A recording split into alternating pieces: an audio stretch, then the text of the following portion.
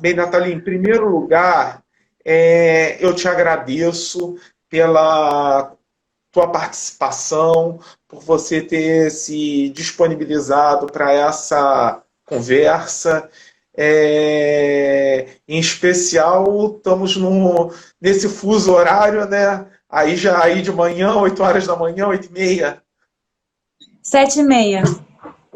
7h30 da manhã, quer dizer, né, especialmente para estar conversando com a gente. E né, já não é a primeira vez que você fala para o curso de Ciências Atuariais da UF. Inclusive, a aula inaugural foi com a sua participação. Sim, sim, há 10 anos atrás, isso mesmo. há 10, há 10 anos atrás, que hoje está fazendo 10 anos da decisão do CUV para a criação do curso. Então, estamos startando essas ações aí para celebrar a data e começando com essa conversa. Então, muito obrigado pelo aceite. Eu que agradeço o convite. Boa noite a todos que estão aí nos dando o seu tempo para participar dessa conversa, desse diálogo, que é muito importante, muito interessante que vocês já têm essa iniciativa na UF, junto aos alunos. Eu participei, como você falou, da aula inaugural, mas também participei, ajudei o professor Edgar, professor Campelo, na construção do curso da UF. Na época eu era coordenadora e professora do curso de Ciências Atuariais da UFRJ, do Instituto de Matemática da UFRJ, e era também presidente do Instituto Brasileiro de Atuária. Então, para mim é sempre uma alegria, uma honra prestigiar os eventos da UF, porque também eu me sinto parte dessa criação, dessa família UF. É, Obrigada. Até rapidamente, né? Eu vou, por mais que você dispense apresentações, mas vou falar brevemente o seu currículo, que você é graduado em Ciências Atuariais pela UFRJ, mestre em Engenharia de Produção pela COP, UFRJ, doutor em Finanças também pela COPEAD, perdão, UFRJ, quer dizer, atuou na SUSEP, também foi coordenadora do curso de Ciências Atuariais da UFRJ, presidente do IBA, quer dizer, e atualmente está na Universidade de Queensland, onde você está trabalhando com riscos relacionados ao clima. Isso mesmo, exatamente. Já Para a tem gente, uma vamos dizer é, assim. para a gente iniciar, começar as perguntas, começar esse bate-papo, como que surgiu, até vou vincular aqui um pouco a métodos de pesquisa, que é uma das disciplinas que eu leciono, como surgiu, como foi o insight para você iniciar essa pesquisa? Bom, o meu interesse pela questão ambiental já é bastante antigo. Quando eu fiz o mestrado, em 95, na COP, eu tive, eu estava estudando a questão dos riscos petroquímicos, eu fazia, na engenharia de produção, um mestrado focado na área de qualidade industrial, e tinha uma certa vinculação com a engenharia nuclear. E então eu estava estudando essas questões relacionadas aos riscos industriais. E, em paralelo, eu comecei a ter esse interesse pela área ambiental. Na época, existiam umas bolsas da Fundação MAFRE, e eu fui contemplada com uma dessas bolsas com esse projeto dos riscos ambientais. Quando então, eu terminei o mestrado, a minha tese foi diferente, não foi em riscos ambientais, foi em riscos petroquímicos, mas em paralelo eu fiz esse trabalho de riscos ambientais e me apaixonei mesmo pelo tema. Eu sempre me interessei muito pela questão do meio ambiente, ecologia, tudo isso. Quando eu fui para a SUSEP, eu comecei a participar de reuniões em fóruns internacionais da IIS. A IIS, para quem não sabe, significa International Association of Insurance Supervisors. Então, é uma reunião de todos os supervisores de seguros, e aí entendo-se também resseguro, entidades de previdência, em que todas as jurisdições do mundo participam, e ali são discutidos os temas que serão, no futuro, implementados por meio de regulações por esses supervisores reguladores. E um dos assuntos que começou a ser bastante vinculado, veiculado e enfatizado foi a questão do aquecimento global. Por quê? Porque em 2015 nós tivemos 3 importantes eventos relacionados ao clima. O mais conhecido de todos foi a COP21, o Acordo de Paris, no qual ficou estabelecido os objetivos de todo o planeta tentar unir esforços para que a gente pudesse manter o nível médio de temperatura do planeta, né, de aumento da temperatura do planeta, comparado aos níveis da Revolução Industrial, no máximo até 2 graus Celsius, mas visando atingir 1,5 graus Celsius. E a partir desse grande evento, que foi o maior sucesso de todas as reuniões que as Nações Unidas promoveram em relação ao clima, porque os grandes, vamos dizer, negadores, né, desses acordos, Estados Unidos e China, finalmente aceitaram participar desse esforço conjunto, assinaram. Então, foi um grande evento. E, a partir daí, todos os outros setores da sociedade começaram a se mobilizar para ver o que poderiam fazer. Então, em 2016, o Financial Stability Board, que é o organismo ligado ao G20, que tem essas decisões relacionadas ao setor econômico-financeiro e que, vamos dizer assim, não digo controla, mas orienta as políticas relacionadas aos bancos e ao setor de seguros, por meio da IAS, no caso dos seguros, e no caso dos bancos, o Comitê de Basileia, ele começou a demandar que esses setores também emitissem algum tipo de orientação, de documento para os seus respectivos mercados, em como esses setores poderiam colaborar com essa transição para uma economia de baixo ou zero carbono. E aí, como eu já tinha esse histórico do mestrado de ter esse interesse na área ambiental, foi natural para mim me interessar por essa questão, né, que agora a gente não concentra só na questão ambiental, mas na questão climática, que é maior, que engloba todo o planeta. Então, foi isso, mais ou menos, a minha trajetória para esse caminho. Então, existe uma questão pessoal, eu me sinto realmente engajada nessa questão, pessoalmente, eu acho que é o maior risco emergente que a gente vive atualmente. A questão da pandemia mostrou para a gente o quão impactante pode ser um tipo de evento que tem uma repercussão global, e o aquecimento global não é diferente, pode ser até mais severo. E existe também a questão da premência, da vida concreta que me levou para esse caminho por meio das atividades profissionais que eu desempenhei na SUSEP, principalmente enquanto eu fiquei como secretária-geral.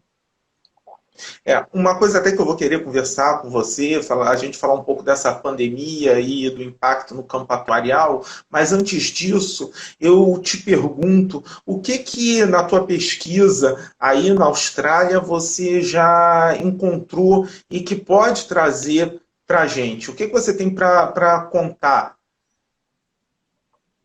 Então, os riscos climáticos, eles são classificados em 2 tipos. A gente tem os riscos físicos, que podem ser do tipo crônico ou agudo. Então, o que são esses riscos físicos? São os riscos que as seguradoras já estão acostumadas há muito tempo, mas eles só vêm se tornando mais severos e mais frequentes. são os riscos de catástrofes naturais. Então, tufão, ciclone, a elevação do nível do mar. Isso pode acarretar uma série de problemas para o setor de seguros. Então, a gente vai ter aí, por exemplo, a questão das construções habitacionais. Se elas forem muito próximas a uma costa, dependendo do local onde isso ocorrer, isso no futuro, que não é muito distante, pode ter algum tipo de impacto nessas construções, e se elas não forem feitas com determinados tipos de protocolos, afastamento do nível do mar, com determinado material, isso pode acarretar um aumento no nível de sinistralidade das seguradoras que cobrem esse tipo de risco, relacionadas inclusive também ao aquecimento dos mares, né? A gente tem aí vários ecossistemas morrendo, aqui na Austrália mesmo, a Grande Barreira de Corais, que é o maior ecossistema vivo do mundo, né? Ele está sendo muito afetado, os corais eles estão completamente embranquecidos por conta da acidificação dos mares. Então, isso pode acarretar problemas no setor de turismo. Então, tem uma série de problemas que vêm relacionados aos impactos do aquecimento global que a gente observa materialmente em eventos de catástrofes naturais, que podem ser de caráter contínuo, daí vem os riscos crônicos, como também de caráter agudo, aquele que vem uma vez, para e depois vem no outro ano, como inundações, secas, mas se elas forem mais frequentes e mais severas, elas começam a ser um problema crônico. Por exemplo, também uma outra questão é os vinhedos em algumas áreas da Europa e dos Estados Unidos, na Califórnia, na França, o microclima desses vinhedos eles já estão modificando, então existe também a necessidade de mudar o tipo de plantação. Algumas empresas, né, que fabricam esses vinhos já estão tendo que se mudar para outras áreas mais altas, mais frias. Então, tem uma série de impactos que podem impactar uma série de ramos de seguros. Tem também a questão, tem outro risco que a gente chama de riscos de transição. São os riscos que surgem à medida que a transição para uma economia de baixo carbono vem sendo implementada. Então, dentro do Acordo de Paris, da COP21, todos os países signatários se comprometeram em determinar como eles fariam a diminuição da emissão dos seus gases de efeito estufa. O Brasil, por exemplo, se comprometeu em relação à Amazônia, diminuindo o nível de desmatamento da floresta. E cada país teve a sua discricionariedade de determinar qual seria a sua meta. Existem entidades que ficam verificando se essas metas estão adequadas ao atingimento do objetivo global de manter a temperatura média, o aumento da temperatura média até 2 graus, e também se essas medidas estão sendo cumpridas. Então, existem esses organismos que verificam se as NDCs, que são essas contribuições nacionais, são adequadas, e se adequadas ou não, se elas estão sendo cumpridas.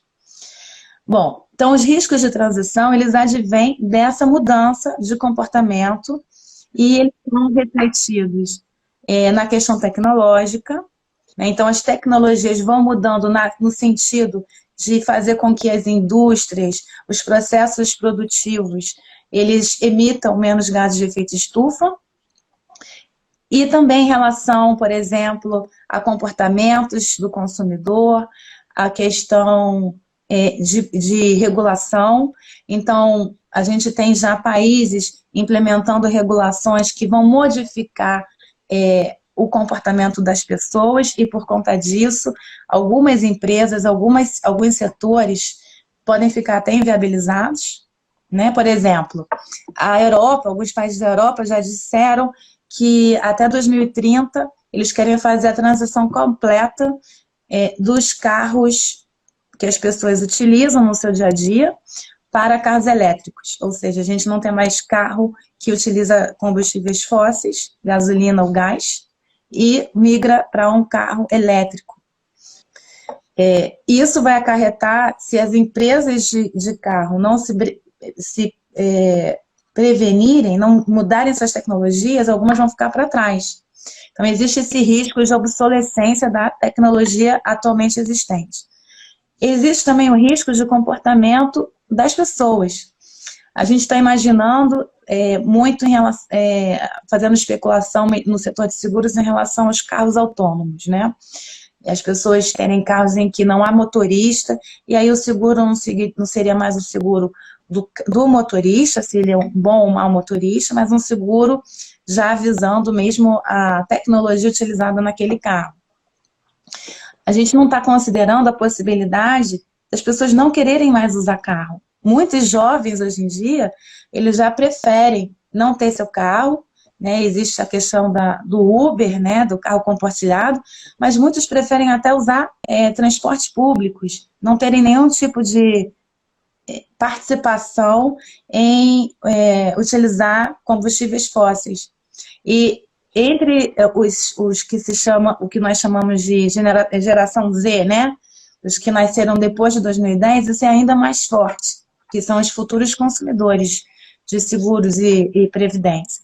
Então, a gente está num momento de muita mudança, mudança comportamental, de muitos riscos, de uma crise, né? Eu diria uma crise que ela é uma crise de recursos, a questão da gente viver num planeta que tem recursos finitos, então não é possível a gente manter o mesmo nível de consumo que a gente vem mantendo, não é só a questão da gente mudar a tecnologia que hoje a gente utiliza para manter o nosso conforto, o nosso padrão de vida. Não é só a questão de mudar de uma tecnologia que utiliza combustíveis fósseis para uma tecnologia mais limpa, em que a gente utiliza, por exemplo, energia solar, energia eólica, energia das marés, né, dos oceanos. Existe também a necessidade de mudança de comportamento, de analisar se tudo que a gente consome é realmente necessário. Então, é uma crise econômica, uma crise política, social, cultural, espiritual, e por trás disso tudo existe essa grande crise ambiental. É uma coisa que a gente... né? Então, meu interesse respondendo veio dessa minha necessidade, né? Eu senti uma certa urgência de participar dessa transformação, dessa busca por uma transformação, como eu poderia colaborar com essa transição. Talvez tenha sido fruto da idade, eu comecei a me questionar muito sobre como eu estava participando enquanto uma pessoa cidadã mesmo. Sempre tive o interesse de trabalhar no setor público, porque eu sempre acreditei em devolver para a sociedade tudo que eu colhi dela. Eu estudei a minha vida inteira em escolas públicas, desde o ginásio, então até o doutorado. Então, eu sempre me senti com esse compromisso de trabalhar para a sociedade, para as do meu país, mas também quando eu comecei a participar desses organismos internacionais, a gente começa a ver que nós somos todos interligados. Então, essa visão de querer ajudar todos, né? O quanto fosse possível para mim, claro. E por isso eu me apaixonei tanto por esse tema, que eu realmente acredito que é muito importante. Sem dúvidas, eu até vejo, né, quando você falou aí, tem um ponto aí, né, que a gente sempre busca estimular os alunos desde o primeiro período, que é isso que você falou, né, você ter essa visão, por exemplo, o quanto que a cultura interfere. Caramba, mudou, vamos dizer, né, você já tem uma cultura que mude o consumo, que você não vai adquirir automóveis, por exemplo, vai diminuir a quantidade. Caramba, o atuário, seja no mercado, seja no espaço acadêmico, ele tem que estar atento para isso. é uma questão econômica. Por exemplo, está influenciando a produção de vinhos, né, a questão das uvas e depois o vinho. É a política, porque você pode ter países que não assinem ou que mudou o governo, não tá, resolve-se jogar fora todo um passado de uma preservação, de uma tentativa de preservação. Então, como que a gente, seja lá como cidadãos, seja como universitários, seja como funcionários públicos, como atuários, pesquisadores, profissionais de mercado, a gente tem que estar atento a isso. E foi muito interessante você pontuar esses 3 pontos, pelo menos o econômico, o político e o cultural, que, assim, além de terem, né, vários alunos aí assistindo, depois a gente pode usar esse conteúdo nas disciplinas, quer dizer, também é algo que o pesquisador tem que ter e que enriquece muito a visão, seja do profissional de mercado, seja do pesquisador. Sim, é fundamental, Fábio, para qualquer pessoa, né? A gente vive num mundo e a gente tem que entender que a gente vive num sistema, tudo é muito interligado, a gente não pode achar que eu tenho uma profissão que é técnica, científica, e por isso eu não tenho que entender da parte sociológica na qual eu estou inserido. Muito pelo contrário. E para a atuária, isso é fundamental. A atuária, ela tem um caráter utilitário, por natureza, e ela nasceu da necessidade das sociedades. A gente começa a perceber a evolução, o surgimento das ciências atuariais quando a gente teve as grandes navegações e o seguro começou a ser feito no seguro marítimo para aquelas caravelas, aquelas embarcações que iam para outros territórios em busca de novas rotas comerciais. Quando houve também as caravanas, também, né, aquele princípio do mutualismo. Então, a própria questão da previdência, as pessoas morrendo e precisando deixar algum tipo de pensão para as mulheres, principalmente, porque naquela época as mulheres não trabalhavam, então as filhas, as esposas. Então, é tudo ligado com alguma necessidade social, econômica do momento. Então, o atuário, ele tem que estar sempre atento ao mundo em que ele vive. Ele não pode ter um distanciamento sociológico e ainda mais num país como o Brasil, em que a gente tem tantas necessidades, tantos riscos, e a gente ainda sabe que o seguro é apenas para uma camada muito pequena da população. E a gente precisa ter essa consciência. Que tipos de mecanismos, que tipos de produtos a gente pode pensar e inovar e sugerir para o governo, para a iniciativa privada, para comunidades que podem se auto-organizar também, cooperativas.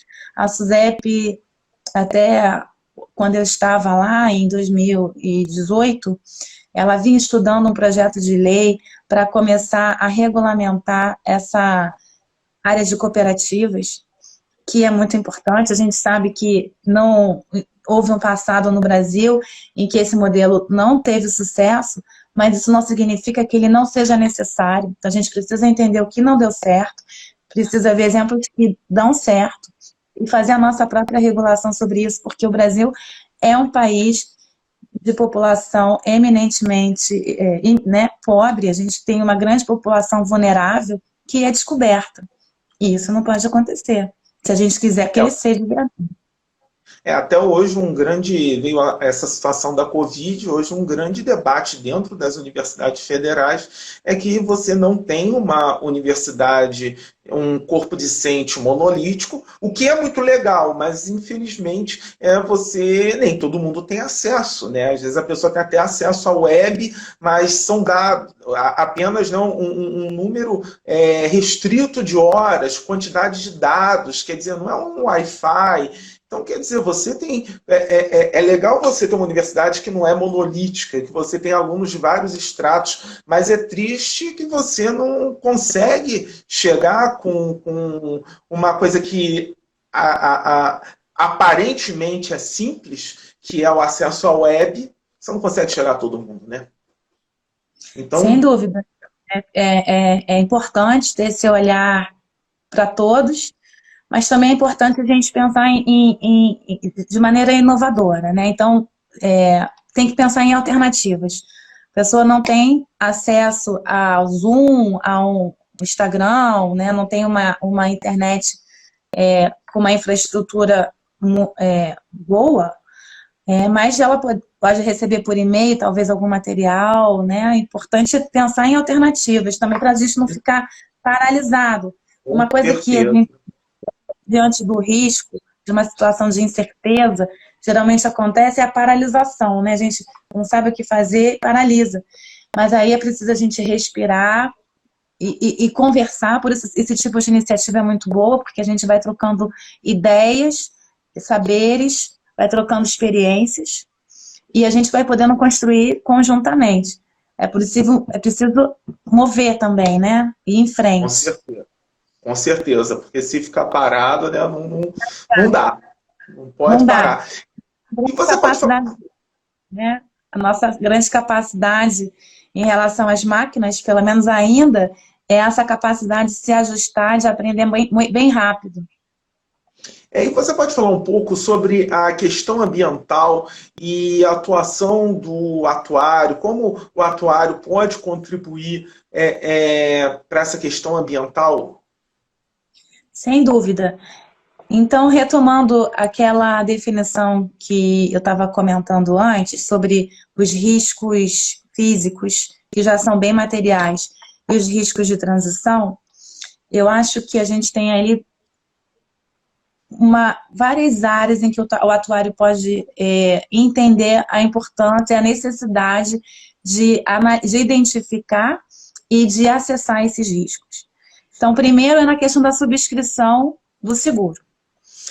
No momento em que o risco é subscrito, é necessário ter essa compreensão de como esses efeitos que a gente chama de feedback loop, né? Então, como um determinado setor pode ser impactado por esses riscos físicos. Então, se eu estou fazendo uma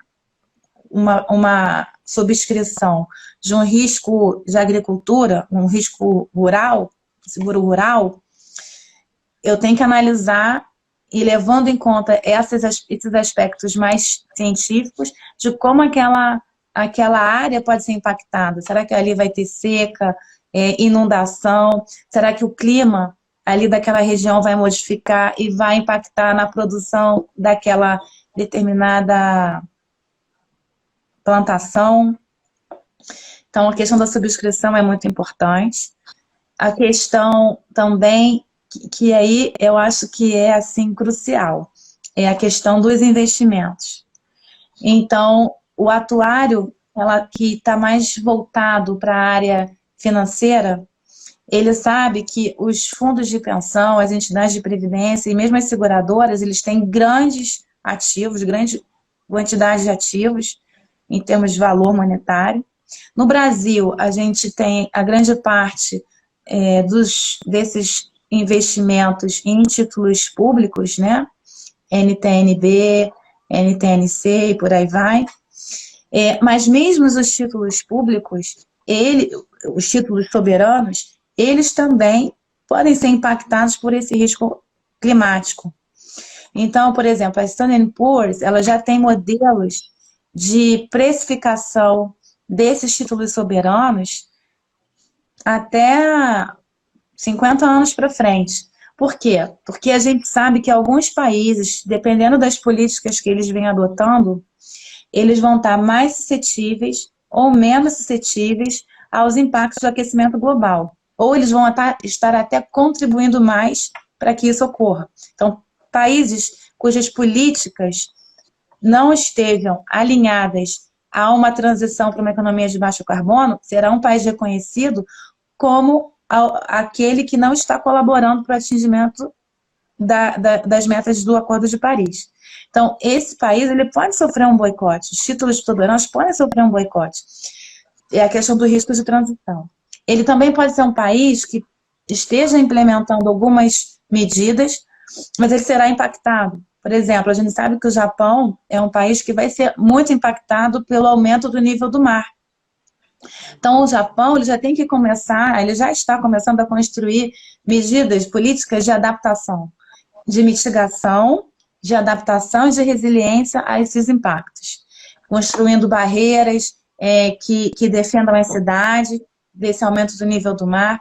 Tem algumas ilhas na Indonésia que já sabem também que serão submersas.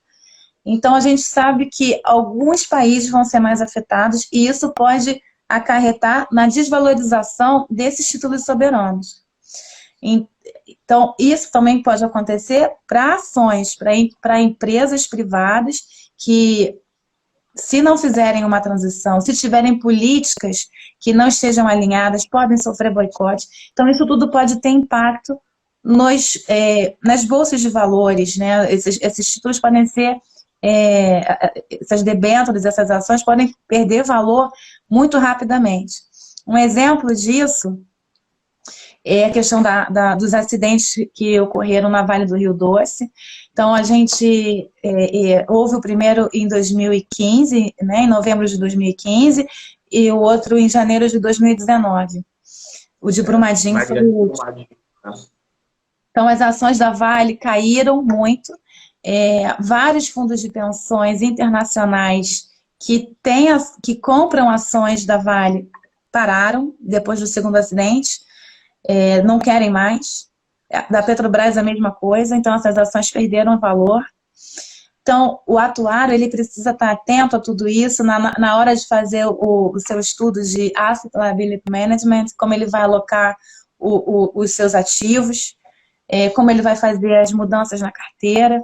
Ele precisa entender desses efeitos que estão acontecendo no setor econômico, no setor financeiro, para fazer a melhor construção possível da sua carteira de investimentos. E tem mais um aspecto: na medida em que as pessoas vão se tornando mais conscientes sobre esse risco e vão desistindo de investir em determinados ativos, elas começam também a ter um papel mais ativo como investidor. Elas começam a cobrar dos seus fundos de pensão como eles vêm investindo, maior transparência, maior disclosure sobre as suas políticas de investimento. Como é o seu Enterprise Risk Management, como é o seu gerenciamento de riscos da empresa como um todo. Porque a seguradora, a entidade de previdência, elas sofrem tanto do momento em que elas assumem uma determinada carteira, um risco, oferecendo uma garantia, quando no outro lado, né? Ou seja, no passivo delas, quanto no ativo, quando elas investem enquanto investidoras institucionais. Então, o atuário ele precisa ter esse entendimento de que o risco climático ele pode afetar o risco de subscrição, o risco de mercado, por conta da flutuação dos valores das ações e dos títulos soberanos, o risco de crédito, né, principalmente para os bancos, na medida em que eles oferecem créditos para as empresas, se essas empresas não conseguem pagar por uma questão de boicote do consumidor ou por uma questão de impacto de um risco climático, eles vão passar a ser inadimplentes. Então, risco de crédito. Uma resseguradora é um risco de crédito para uma seguradora. Então, se a resseguradora ela é afetada por um risco, uma cobertura que ela tem que pagar, que é muito maior do que ela tinha subscrito, porque ela não levou em conta muito bem na hora de precificar o prêmio de um possível evento, catástrofe natural num país, ela pode não conseguir pagar as suas outras contrapartes. Então, assim, é alguma coisa que se ramifica em várias áreas. Então, para o atuário, em resumo, eu diria que é um risco que afeta toda a cadeia de fornecimento do seguro, né, desde os seus credores, né, que são as resseguradores, as suas contrapartes são os seus resseguradores, os seus policyholders, os seus segurados, as pessoas que são membros de um fundo de pensão, que estão investindo seu dinheiro ali a longo prazo. Então, permeia várias áreas da cadeia de valor de uma entidade de previdência ou de uma seguradora e de uma resseguradora. Eu vou te fazer uma pergunta. Você mencionou a questão da Vale e, por exemplo, também quando a gente olha, até internacionalmente, por exemplo, para a situação da Previdência no Chile, fica a dúvida em relação às organizações e a capacidade dela arcar com determinados desafios. Então, eu te pergunto o quanto que as organizações elas estão preparadas para esse cenário mais complexo que provavelmente nós iremos viver. Porque muitas das vezes só se fala do Estado, né? O Estado, o governo está preparado para tal. Mas e as organizações? O governo japonês está preparado, né? O governo brasileiro aí é outra questão, mas enfim. E as organizações? Fábio, a gente não tem como falar das organizações de um modo generalizado. A gente tem vários tipos de organizações. Existem várias empresas de iniciativa privada que participam dessas discussões, que vêm, inclusive, colocando seus próprios recursos financeiros para fomentar pesquisas. Claro que quando a gente tem um interesse específico de uma corporação dentro de uma pesquisa, a gente tem que sempre verificar com mais criticidade os resultados dessa pesquisa, né, porque pode estar atendendo a um interesse específico. Mas então a gente tem vários tipos de organizações. Eu vejo assim, na Europa existe uma maior conscientização do que na América Latina, no Brasil, mas o que eu penso é que as organizações, elas são feitas e movidas por pessoas. Uhum. Então, o nosso papel como professores, como educadores, como pessoas que acreditam na ciência, é a gente divulgar essas informações para o máximo de pessoas possível. Porque na medida em que a sociedade se apropria desses conhecimentos, entende, a sociedade começa a pressionar as organizações. E aí elas se movem. Elas começam a fazer parte das organizações enquanto trabalhadoras, enquanto consumidoras, e elas também começam a pressionar como a sociedade organizada, sociedade civil organizada. Então, eu acredito muito nisso. Eu acredito que as organizações mudam à medida que as sociedades mudam. Então, a gente, como professor, tem um papel muito importante. Eu não estou lecionando, mas eu acredito que esse momento aqui que a gente está conversando é uma maneira também de eu atingir os alunos e pessoas que querem pensar fora da caixa. Então, eu acredito nisso. A gente tem que contar conosco e passar essas informações, trocar experiências, trocar conhecimento entre nós e fazer com que isso cresça. E aí a gente vai pressionar as organizações. Uhum. Realmente a questão do despertar das consciências. Antes de abrir para o público, mandar as perguntas, tal, já vi que caiu um monte de coisa aí. Você pode falar um pouquinho sobre a importância da formação interdisciplinar do atuário para compreender esse cenário complexo que você falou para a gente? Olha, isso aí é fundamental. Não tem a menor dúvida que claro que é necessário a gente ter um conhecimento sólido da modelagem da matemática atuarial, de estatística, entender de contabilidade, mas é fundamental a gente, os atuários, estarem cientes e terem um pensamento crítico. Não aceitarem somente o status quo. O atuário ele tem um papel potencial de ser um agente catalisador de mudança.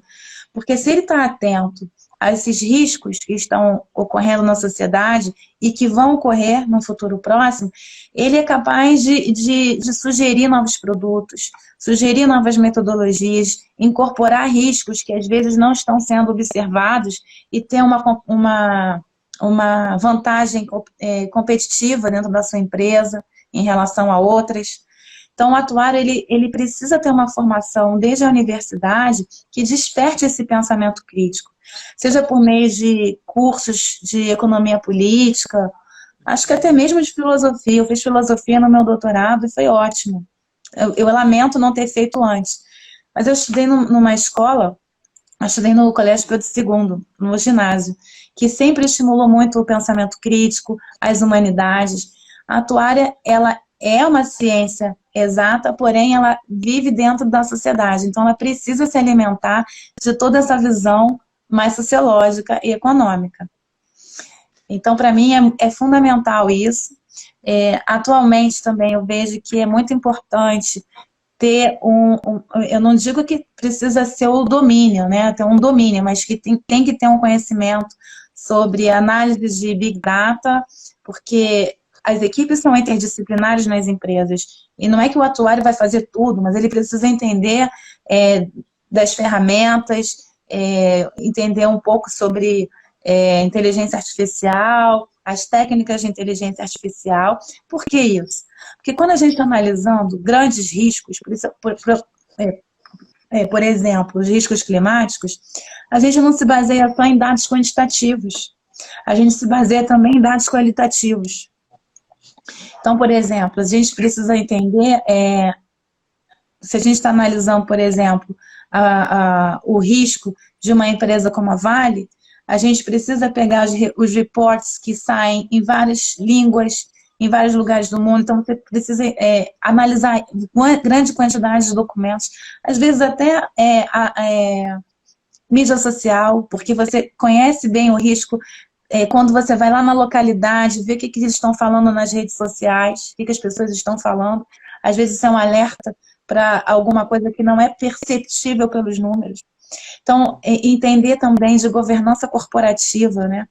Eu vejo, na minha experiência no nosso ZEP, a maior parte das seguradoras que entraram em processo de liquidação ou de alguma medida de resolução, não foram questões relacionadas à provisão técnica, a capital, foram sempre questões relacionadas à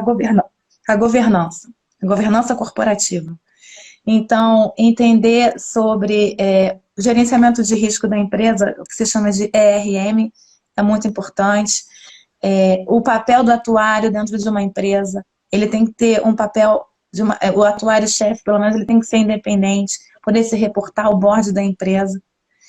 Então, assim, tem que ter espaço nos currículos para desenvolver essas habilidades. Claro que a gente não sai da faculdade sabendo tudo, mas a gente tem que já ter uma visão do que a gente precisa desenvolver mais e ter algum ferramental inicial para que isso possa se desenvolver ao longo da carreira. Certo. E eu vou passar agora para o público. Quer dizer, quem estiver aí, quiser fazer as suas perguntas, podem fazer, sintam-se à vontade. Eu estou voltando aqui para o início da nossa conversa, algumas observações, algumas mensagens. Pronto, agora foi 1-0 para a tecnologia. Apertei aqui no botão errado, apareceu a Miriam, que é professora lá do curso, manda boa noite. O Edgar, boa noite a todos. E creio que bom dia para a professora Natalia. Vamos lá, estou vendo aqui o pessoal. Pronto, 2-0 para a tecnologia. Esbarrei de novo no botão errado. Mas vamos lá. A Natália Moreira, atuária, fala: professora Natalia e professor Fábio, excelente iniciativa. Vamos lá. O Edgar, a professora Nathalie, nossa admiração e gratidão. Também a Natália Moreira, parabéns pelos 10 anos do curso de Ciências Atuariais da UF. O Thierry Gregório, também professor lá na UF, está mandando a mensagem, muito boa a palestra. E também está aqui, cobrando aos alunos dele a participação no evento. Vamos lá.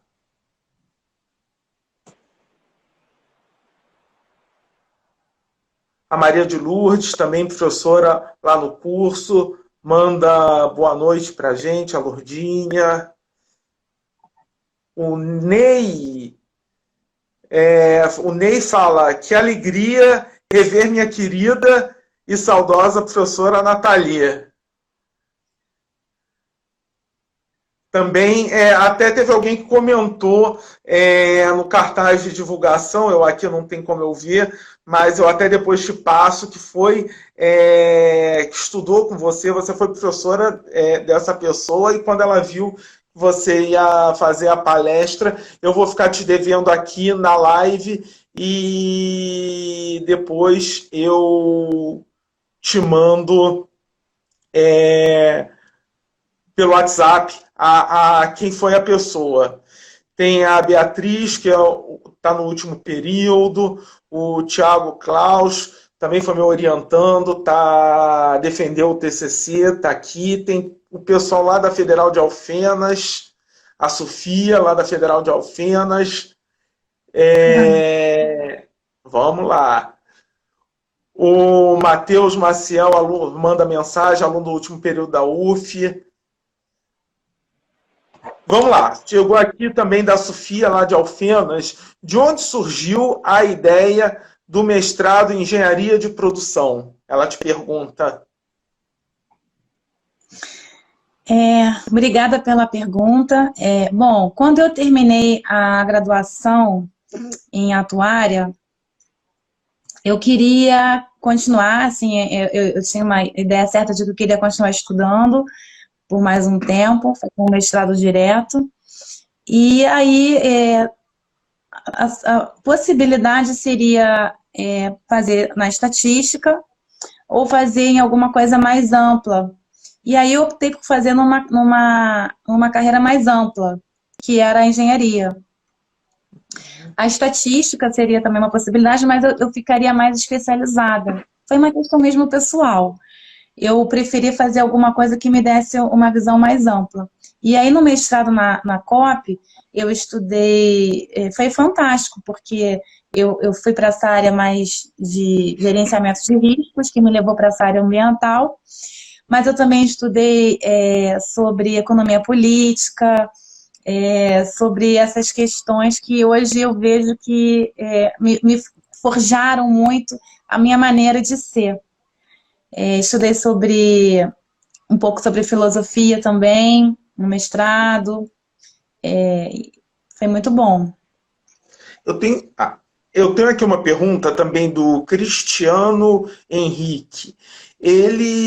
Vou abrir aspas, que é um pouquinho grande, mas vamos lá. As ciências atuariais, estatística e etc., têm servido às organizações privadas para a gestão de risco e, nesse contexto, segregar pessoas.